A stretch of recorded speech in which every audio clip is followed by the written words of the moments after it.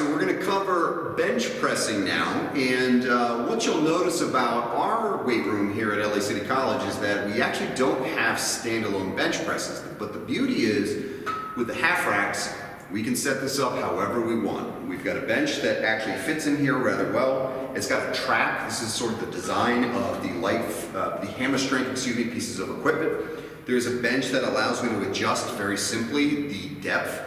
And we've essentially put the bench just a little bit further beyond the bar. And now you see I've got the J hooks here, and we've already set these up, but let's have Christian go ahead and lie down. Let's talk about the setup if you're in a squat rack. Remember, a regular bench press will come already pre-set up for you. The critical thing is we still want to bend in Christian's hands, in his arms, so that when he locks out, just show him a lockout for me, he clears that, and then he can put it back down right into the J hooks, no problem. You may notice that some benches have multiple J hooks. Those are safety J hooks, so if Christian can't get the bar up as high and he's failing, he can simply put it back against the rack, and one of the lower J hooks or pegs will grab the bar for him so he doesn't have to get crushed. Now let's talk about the grip position. So with the bar, you want to make sure that the knurling is going to be what do we call this? It's sort of the grip part that actually where they machine the bar so it actually is rough on your hands. It's called knurling. And you'll see there's a center knurling here. You want to make sure that that's above your face or the center of your body. And then there's a couple lines out here. And Christian's already kind of marking out where he needs to be. Bench press wants to be just a little bit wider than shoulder width or hair wider. It depends. If we do competition bench pressing, there's a whole different position for that, but we're not going to cover that in this class because we want to make sure that essentially the forearm is parallel to the bar at the bottom position of the bench press. Okay, so Christian's found a position, because he's done this a bunch of times, that he sort of knows he's about a half an inch off the little mark here, and you can always use that as a reference point. The other thing, he's got a full grip, standard grip. Show them the suicide grip. Okay, some of you, hopefully you can see that. Christian has taken his thumb and put it around the bar. This is not how we want to lift a barbell, ever. Because the thumb around the front, go ahead and put the thumb around the front, actually protects and holds the bar in your hand. Heaven forbid you fail. Now what do I mean by that? Go ahead and suicide grip. Now I learned the suicide grip when I was younger, and I had to actually unlearn it because of from pure safety. So Christian's going to go ahead and lift the bar off. Now imagine max effort. He's trying to go ahead all the way down, and he's pressing up, press, halfway up. And let's say he gets stuck here, and he pushes and pushes and pushes, and all of a sudden go ahead and let go. He could literally roll the bar out of his hands because his thumb is not there to protect the bar from falling out. And in fact, that happened, was that 10 years ago? I think at SC. There was a football player who was maxing out using suicide grip, and he was pushing as hard as he could, and he pushed so hard that the bar rolled out of his hands and crushed his trachea. And I believe he suffered serious throat problems, including vocal cord problems, but he could never play football again. So this is a real thing. You don't hear about it very often, but I want closed grip always whenever you're using dumbbells or barbells, okay? All right, so let's get him set up. We're gonna put some weight on the bar. And remember, we wanna use our collars just to keep everything nice and tight. Do another 25 over here.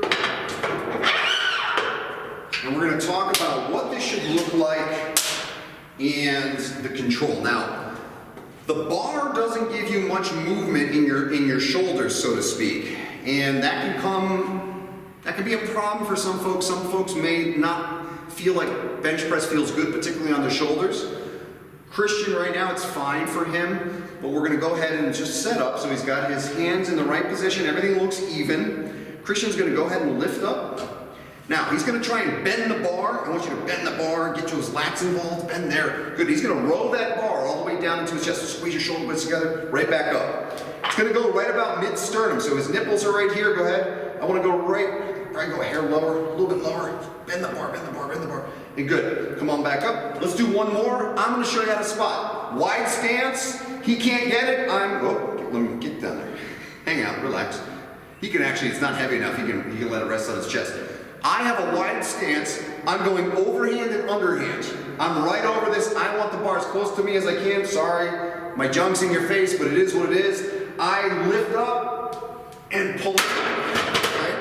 Now, if you think a client or a colleague or friend that you're lifting with is not going to make it, let's show them how to do a spot as you're lifting. So I'm going to be in position. I've got 1 foot in front, 1 foot behind, because I'm essentially lifting it up. This gives me the best possible anatomical position to be strong to help him out.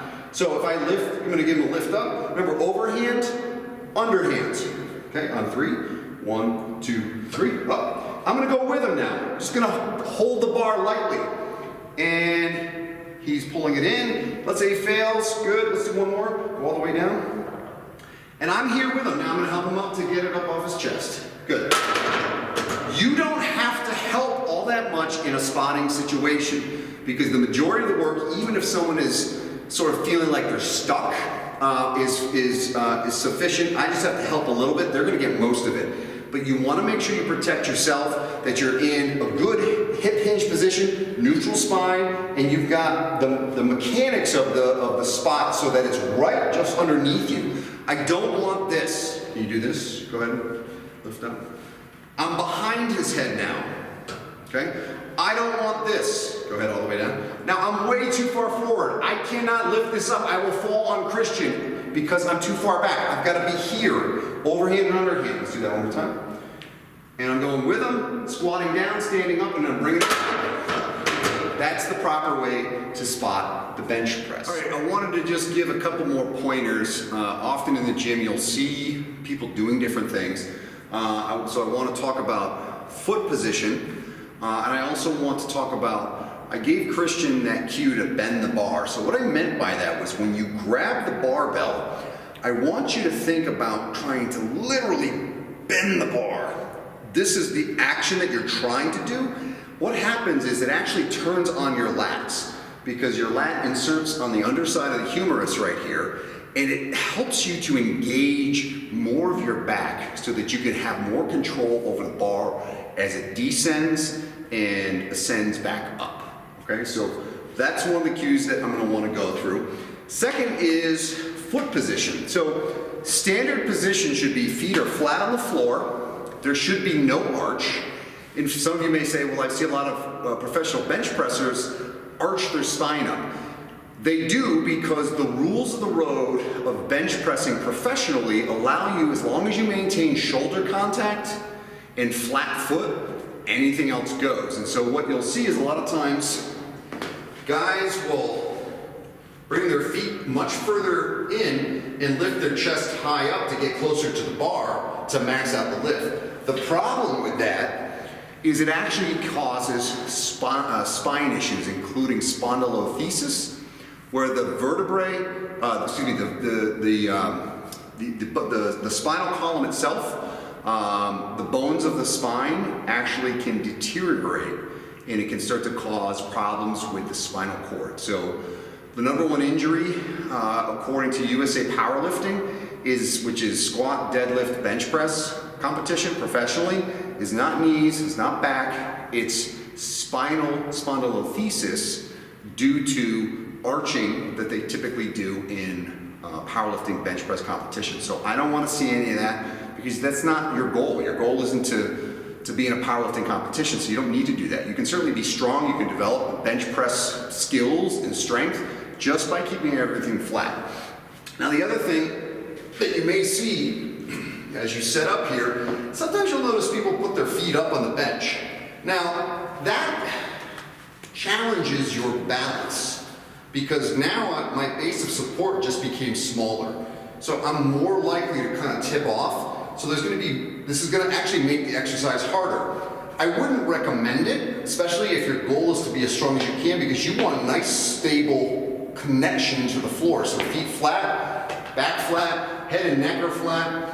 When I grab this bar, I find my width, I wrap my fingers nice and tight. I'm getting ready to bend the bar as I press up. So I'm going to press up, I'm bending the bar, and I'm rowing this bar into my back, pressing straight up. Bending the bar, rowing it in, and squeezing my scapula together, pressing straight up. That's ideally how you would like to perform the bench press, and that typically, over the long haul, will prepare you better to be stronger, to be more capable in with your upper body push.